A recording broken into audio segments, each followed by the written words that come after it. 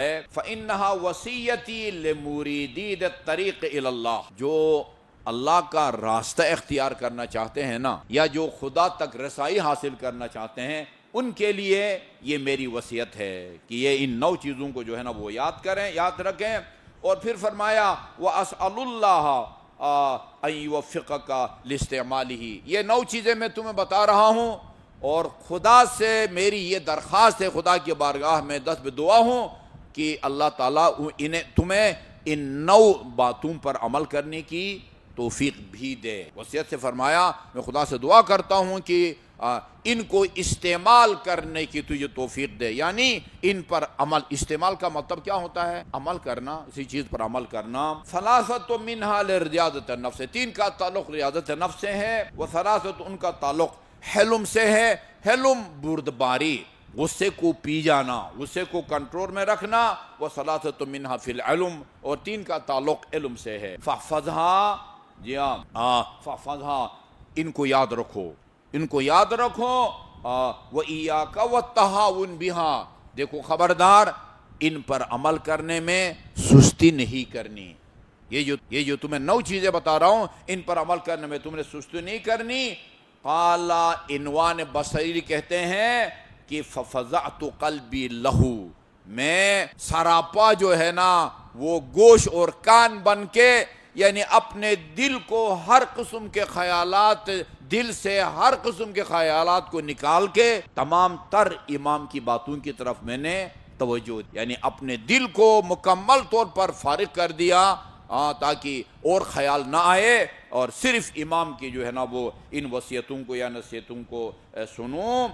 اما اللواتی فی الریاضہ، فرمایا جہاں تک ریاضت کا تعلق ہے، تہذیب نفس و تزکیہ نفس ہے۔ تہذیب کا مطلب ہوتا ہے چھان بین، چھان بین، نفس کی چھان بین۔ چھان بین کا مطلب ہے کہ جو باتیں ناگوار ہیں ان سے بچو، جو خوشگوار ہیں، پسندیدہ ہیں، ان کو اپنانے کی کوشش کرو۔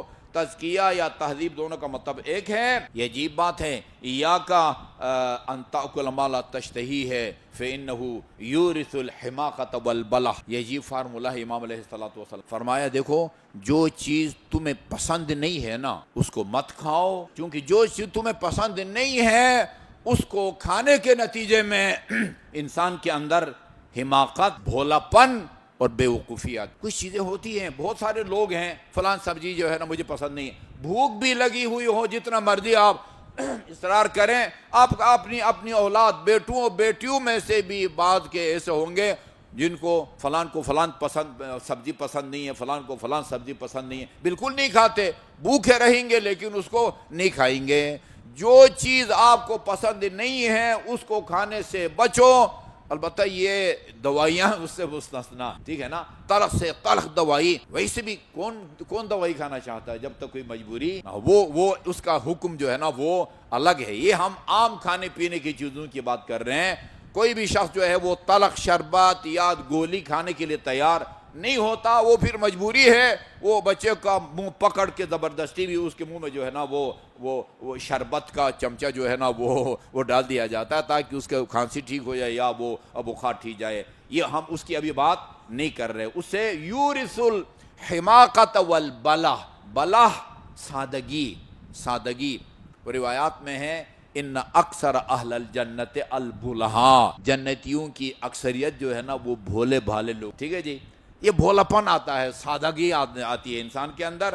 اچھا جی، اور یہ جو ہے نا وہ ایک چیز ہے، اور چونکہ اس کا یہ نقصان ہوتا ہے وَلَا تَأْكُلْ إِلَّا عِنْدَ الْجُوعِ، یہ آج کے ڈاکٹر بھی جو ہے اس سے تصدیق کرتے، کھانا تب شروع کرو جب تمہیں بھوک لگی، جب تک بھوک نہ ہو جو ہے نا وہ کھانے سے پرہیز کرو۔ وَلَا تَأْكُلْ إِلَّا عِنْدَ الْجُوعِ وَإِذَا أَكَلْتَ، اور جب کھاؤ تو حلال کھاؤ اور بسم اللہ پڑھ کے۔ حرام کھانے سے، ناپاک کھانے سے انسان کی دعا قبول، وہ روایت میں آپ کو سنا چکا ہوں، من اراد ان یستجاب دعوتہ، دعائیں ہم بہت مانگتے ہیں اور دعا مانگنے کا حکم بھی ہے، تاکید بھی ہے، دعا نہ کرنے کی مذمت بھی کی گئی ہے۔ فرمایا تم اگر یہ چاہتے ہو کہ تمہاری مانگی گئی دعائیں قبول ہوں تو پھر یہ جو ذریعہ معاش ہے نا، نوکری، اس کو بھی جائز رکھو اور جو کما کے لاتے ہو اس کو بھی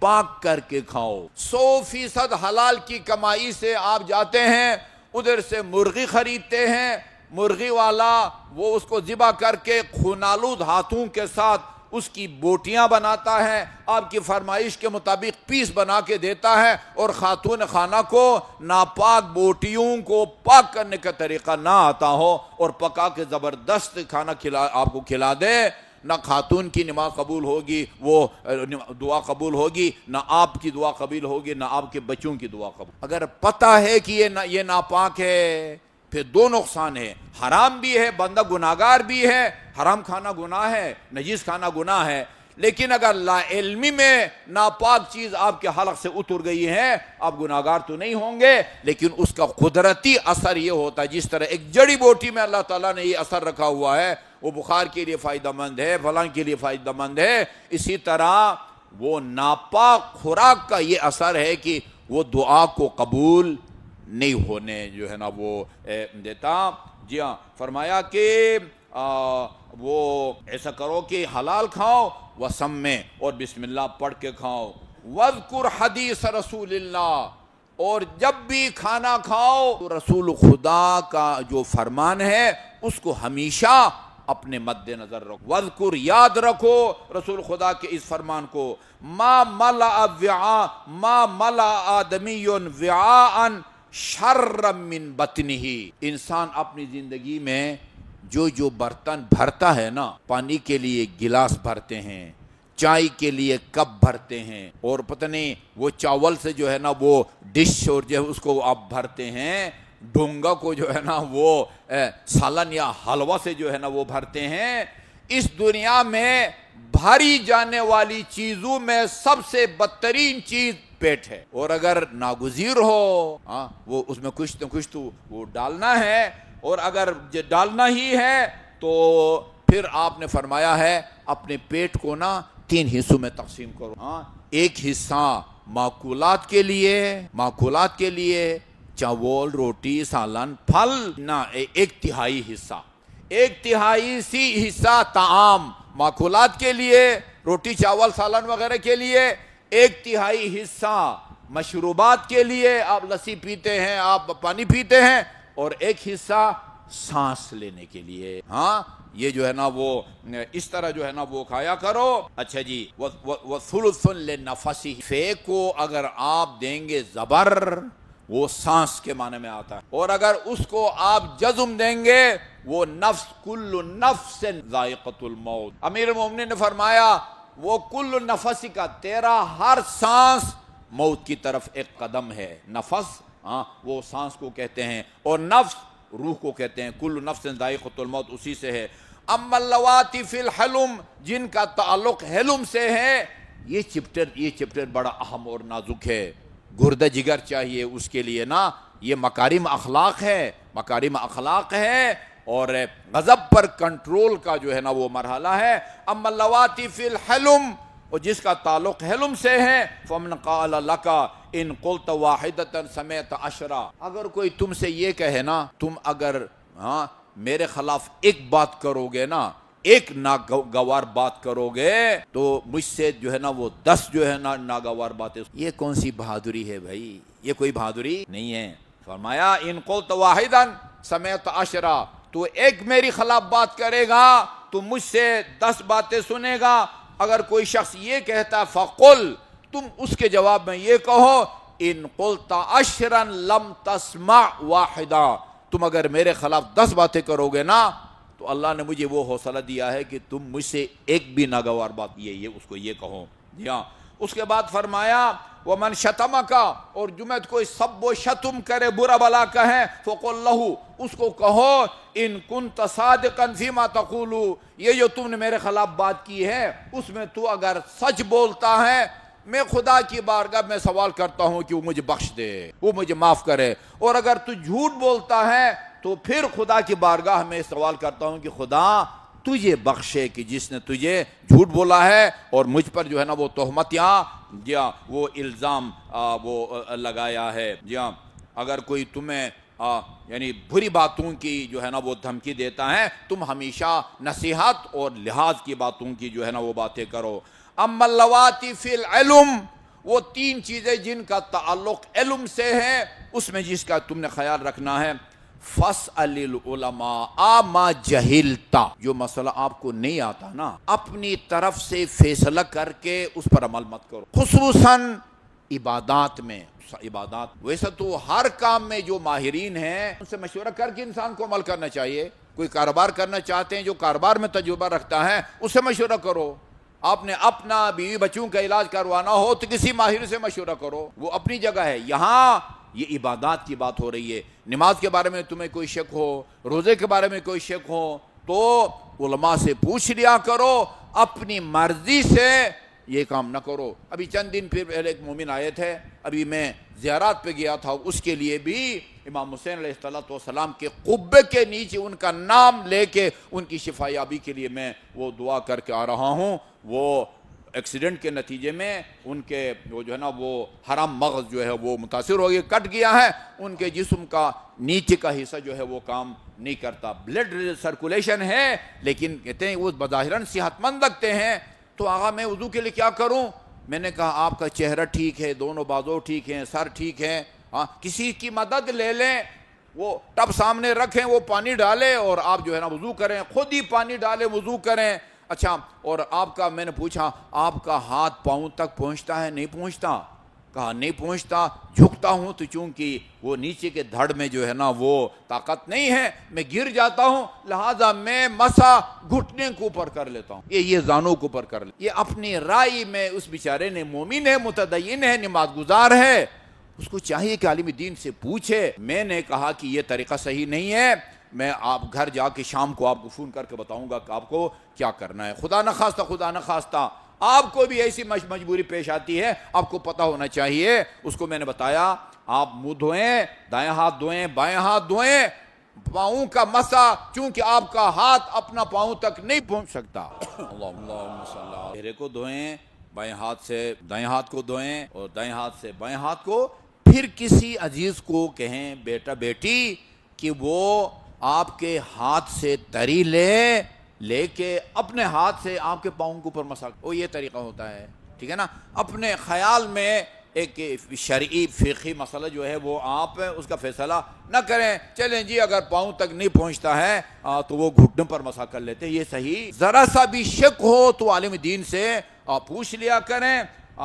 جب بھی فاسأل العلماء ما جہلت، جو مسئلہ آپ کو نہیں آتا علماء سے پوچھ لیا کرو۔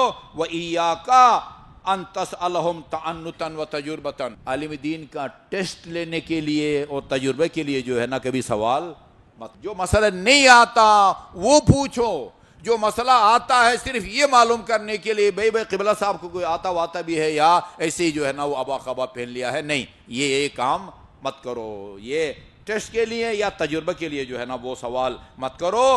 وَإِيَّاكَ أَن تَفْعَلَ بِرَأْيِكَ شَيْئًا، اپنی رائے اپنی مرضی سے کوئی کام جو ہے نا خصوصاً عبادات کے حوالے سے مت کرو۔ جی ہاں، اور جو کام بھی کرنا چاہتے ہو اس میں احتیاط سے کام لو، اور ایسے ہی جو ہے نا بغیر کسی تحقیق کے فتویٰ دینے سے اس طرح ڈرو اور گریز کرو جس طرح کسی شیر یا کسی اور درندے سے جو ہے نا تم پرہیز کرتے ہو۔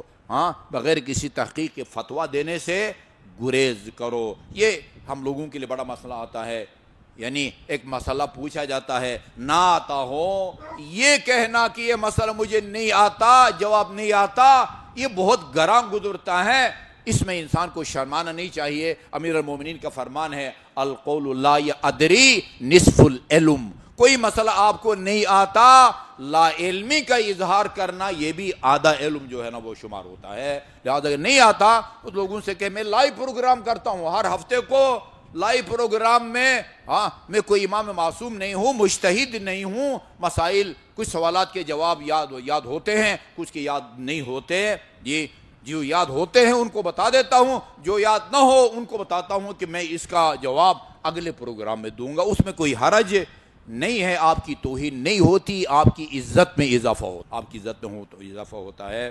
جی ہاں، آخر میں فرمایا لا تجعل رقبتک للناس جسرا، اپنی گردن کو ایسا پل نہ بناؤ کہ جس کو اوپر چل کے لوگ جہنم میں جائیں۔ سمجھ آ رہی ہے؟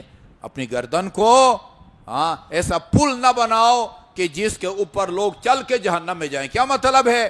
ایسی غلط باتیں بتاؤ، اس کے نتیجے میں وہ غلط کام کرے، غلط عبادت کرے، حرام کام کرے، تمہارے لا علمی یا غیر محتاط عمل کی وجہ سے تو نتیجے نکلے گا کہ تیری گردن گویا ایک پل بن گیا ہے جس کے اوپر جو ہے نا وہ سوار ہو کے لوگ جہنم میں جا رہے ہیں۔ بہت احتیاط کی ضرورت ہے۔ اللہ تعالی ہمیں جیسے اس شخص کے بارے میں دعا کی ہے، میں خدا سے دعا کرتا ہوں کہ وہ تمہیں ان ہدایات پر عمل کرنے کی توفیق عطا فرمائے۔ اللہ تعالیٰ ہمیں بھی امام کی ان ہدایات پر عمل کرنے کی توفیق عطا فرمائے۔